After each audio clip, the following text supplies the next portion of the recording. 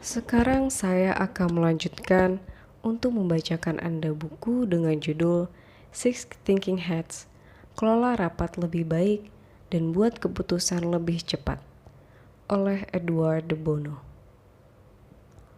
Bab 25. Pemikiran topi kuning. Pemikiran konstruktif. Mewujudkan segala sesuatu. Proposal dan usulan. Bayangkan 8 pemikir kritis yang cerdas duduk mengitari sebuah meja untuk memikirkan cara meningkatkan persediaan air di kota. Tidak seorang pun dari orang-orang brilian itu yang bisa mulai sampai seseorang menyampaikan suatu proposal. Sekarang, kecermelangan dari pelatihan kritis itu bisa dikeluarkan. Tetapi dari mana proposal itu berasal? Siapa yang telah dilatih untuk menyampaikan proposal?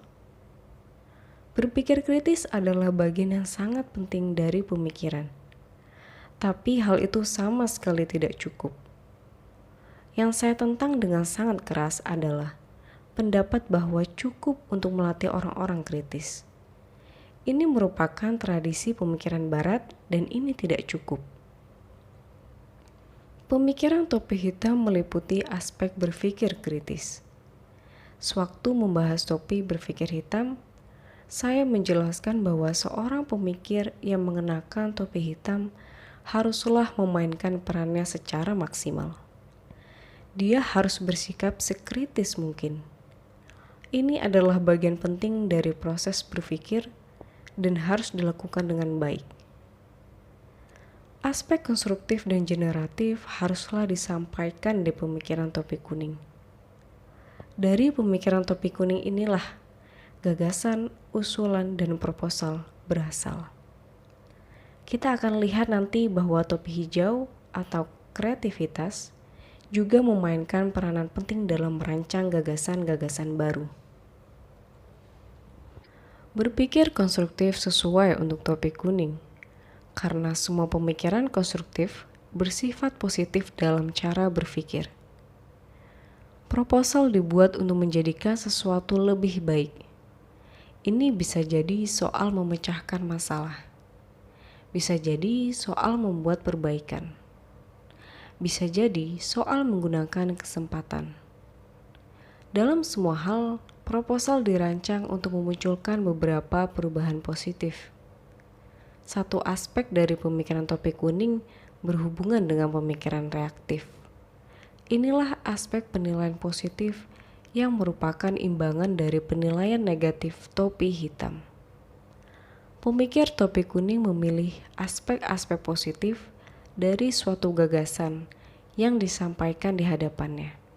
Seperti halnya pemikir topi hitam memilih aspek-aspek negatif. Pada bab ini, saya membicarakan aspek berbeda dari pemikiran topi kuning, yaitu aspek konstruktif. Contoh, untuk menambah persediaan air, kita bisa membangun bendungan di Sungai Elkin, dengan begitu menciptakan waduk. Ada air berlimpah di pegunungan yang jaraknya 80 km. Bisakah air itu disalurkan dengan jaringan pipa? Toilet siram yang biasa menggunakan sekitar 8 galon setiap kali toilet itu menyiram. Ada rancangan baru yang memakai hanya 1 galon. Hal itu bisa menghemat sampai 30 galon setiap hari per orang atau 9 juta galon per hari.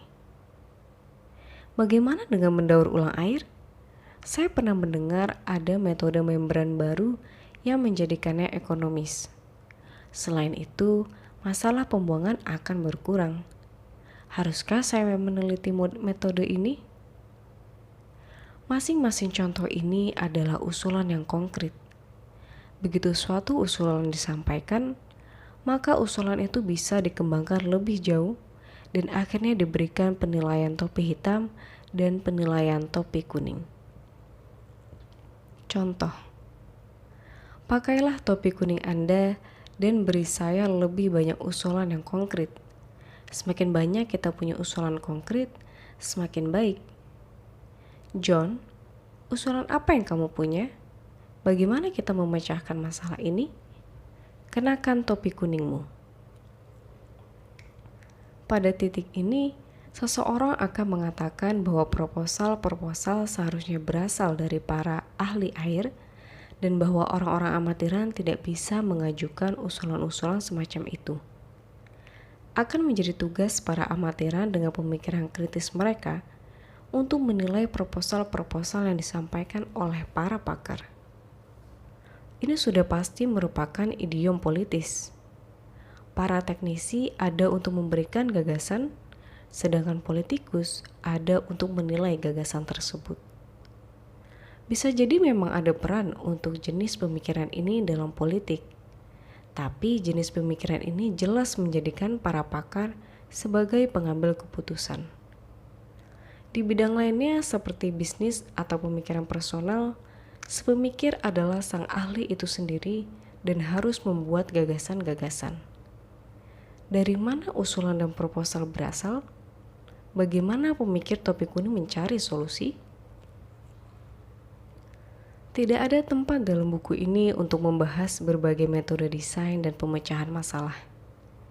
Saya sudah menyinggung topik-topik ini dalam buku-buku saya yang lain. Proposal topi kuning tidak perlu spesial atau sangat cerdas.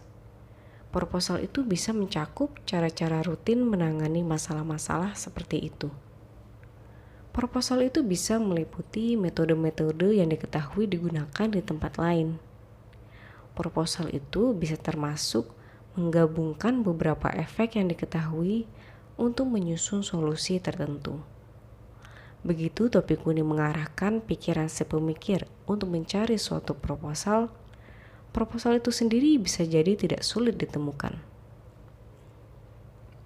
Contoh, lepaskan topi hitam Anda.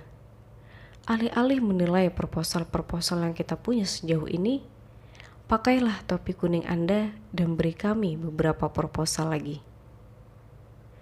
Dengan terus memakai topi kuning saya mengusulkan bahwa kita membolehkan perusahaan swasta menjual air dengan harga kompetitif. Tidak, kita tidak siap untuk beralih ke pemikiran topi hitam. Saya tidak percaya bahwa kita sudah mengeluarkan semua usulan yang mungkin disampaikan. Ya, kita memang berniat untuk mengundang para pakar dan konsultan. Tapi mari kita terlebih dulu menetapkan beberapa kemungkinan arah. Jadi untuk saat ini, lakukan lagi pemikiran konstruktif topi kuning.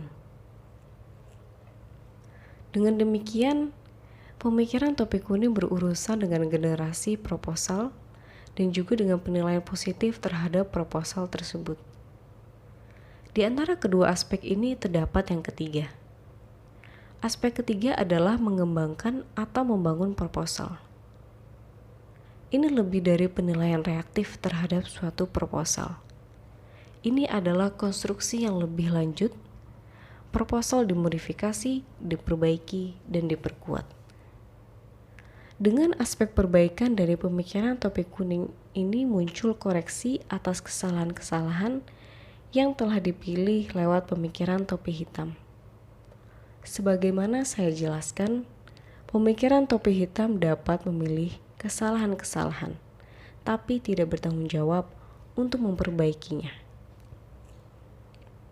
Contoh, jika kita menyerahkan persediaan air ke perusahaan swasta, ada bahaya kota akan dipaksa oleh supplier monopoli yang menentukan harga sesukanya. Kita bisa mewaspadai hal tersebut dengan menetapkan batas harga tertinggi. Hal ini akan berkenaan dengan harga saat ini dengan perkiraan terjadinya inflasi. Saya ingin menekankan bahwa tidak dibutuhkan kepandaian khusus untuk aspek pemikiran konstruktif dari topi kuning ini. Apa yang diperlukan hanyalah keinginan untuk menyampaikan proposal-proposal konkret, sekalipun proposal itu sangat biasa. Selesai sudah saya bacakan bab 25. Terima kasih sudah mendengarkan. Sampai jumpa di bab selanjutnya.